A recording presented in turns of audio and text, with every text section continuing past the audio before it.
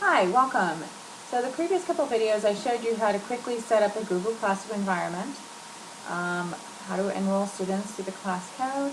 The last one I showed you through announcements how to embed a YouTube video, but on the assignments it's the same method. Very easy, just get the YouTube and share it. This time, I'm going to show you how to go through and do an assignment. There's a couple little nuances you need to pay attention to so it pushes out to the students the correct way. And then my lucky son is going to be a student in our class, and he's going to get this assignment. And I'm going to walk you through it and show you what it looks like on the student's end. So here we go. Alright, so this was the video I posted before. So let's say I have an assignment now that next day in class, and I want to go ahead and get that ready for my students.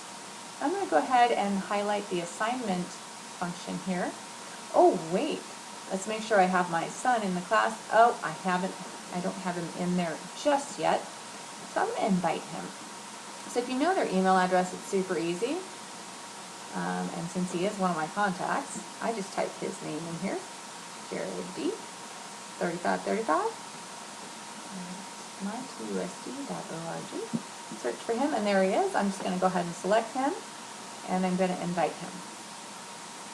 Now, I'm not going to see anything. It just shows that he's invited, but he's not in the class yet. So let's go up here. I'm going to go ahead and toggle over to, I think it's this one. Yep, that's his class right there. You see his email address. So on his screen, what has popped up is a brand new class that he hasn't seen before, and he has two options. Let's say I accidentally sent it out to a student, I got the email address wrong, and they all of a sudden see this pop up and are like, I'm not in this class. All they have to do is decline the invitation. But this is a class he's in, so he's going to go ahead and click join. And now it's joining. And voila, my class comes up for his environment. So now I am in the student view. So this is his view. He sees my initial announcement. He sees the video that we posted in the last one. And you can confirm by looking up here in the right-hand corner. Alrighty. If he were to go over to the three bars over here, he would be able to see all of the classes that he's in. And he could click home, and he sees all the classes he's in. And he could do the plus sign, and he could join a class. Notice, since he's a student, he can't create a class. Alrighty, let's go back to the teacher view, my class. And now he shows as a student in the class because he joined. Alright, let's go back to stream, and we're going to do our assignment. So click the assignment tool, and now it's saying, okay, well, what's the title of the assignment? So I'm going to go ahead and say sample assignment. And this description is just a way for us to experience what our students are going to see.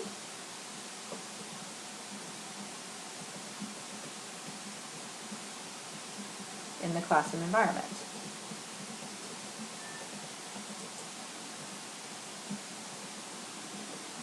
Alrighty, now notice down here, here's where it gets a little bit more detailed compared to announcements. We do have due dates and times. So today is the 11th. It has it due on the 12th. But if I wanted to do 1 week from today, all I have to do is go ahead and select that, and I can select any date off of the calendar. I could do it 1 day, 1 month, 1 year, doesn't matter. So I'm going to go ahead, I'll make it Friday the 14th, why not? At a time, a minute before midnight.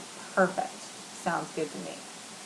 Alright, now before I go and assign it, what I'm going to do is I'm going to go ahead and select what it is I'm assigning. Now I already have a sample assignment in my Google Drive, so I'm going to go to the Google Drive, and I know where that's at. It's in the technology assignment folder, in my classroom folder, and I have a sample assignment.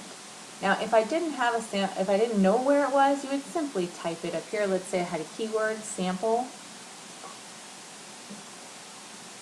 and notice we have our options. And I'm going to go ahead and click sample assignment, and see, I already have some people who filled it in.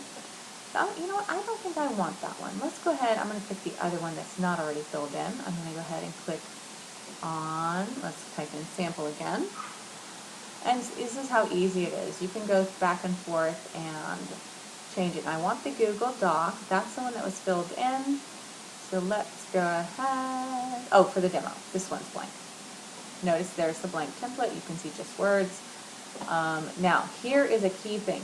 You have to make sure you get this part right. I got it wrong a couple times until I got used to the new the classroom environment. You have 3 options.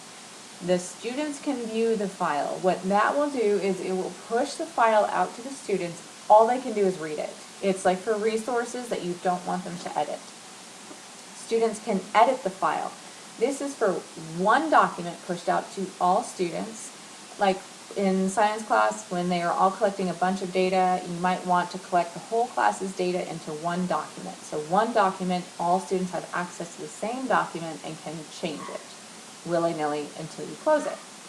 This is the one that you're probably going to do most often. It's to make a copy for each student. So right now, Google Classroom doesn't have a direct function for grouping.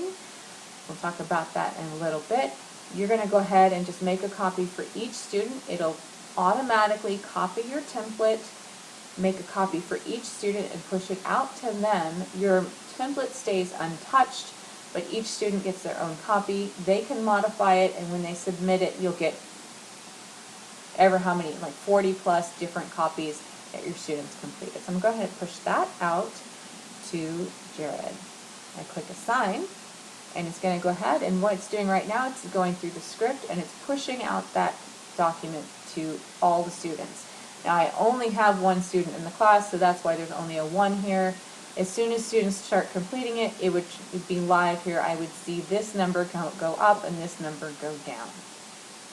Now, one thing that students and some teachers at first have trouble, or a little bit, it takes a little bit of a learning curve to wrap their mind around the fact that when you do this, the students don't have to print, they don't have to save, they don't have to email you a copy, they don't have to do anything but type their answers, embed their videos, do whatever it is you ask them to do on that document, and it is live. And it goes right into that document, and as soon as they submit, done.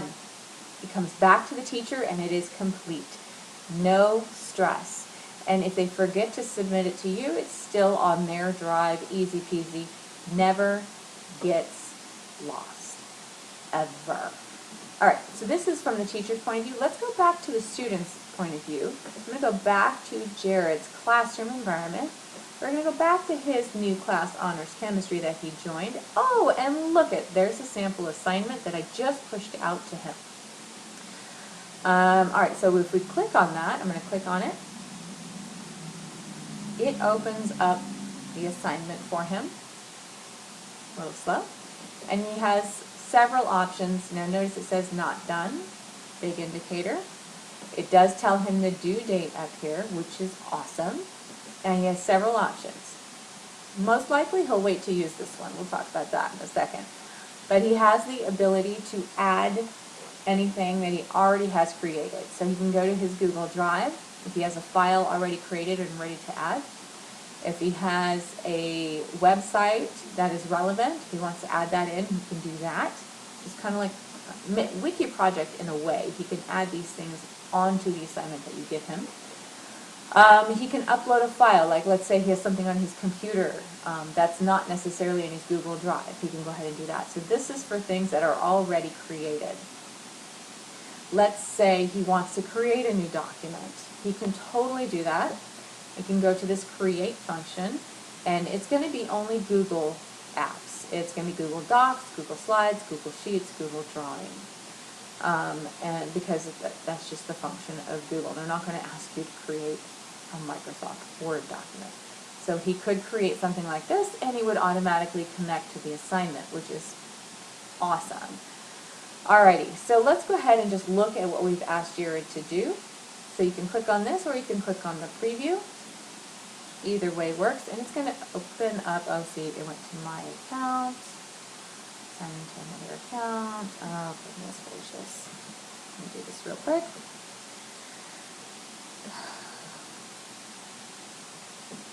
It's the beauty of working in one browser for multiple user accounts. Let's see, oh yeah, TSP.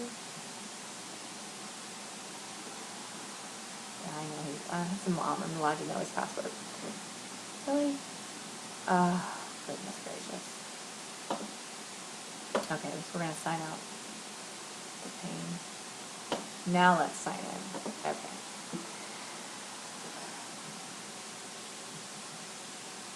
You can avoid this too. If I had had his Google Classroom environment open in an incognito window, it would have been okay. But it's easier for me to toggle back and forth, and I don't always encounter this problem. Okay, bam, done. It opened up his assignment. You might face this too if you have multiple accounts. Alrighty, I'm going to close this for a second, show you that in a minute.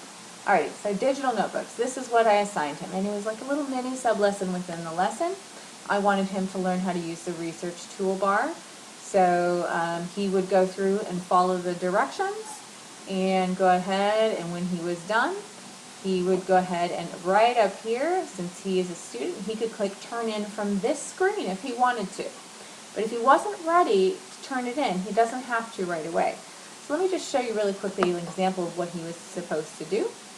I asked him to, or my students, to learn the research toolbars. They were to go up to tools, quick tools, and the research function, and they could pick whatever topic they wanted.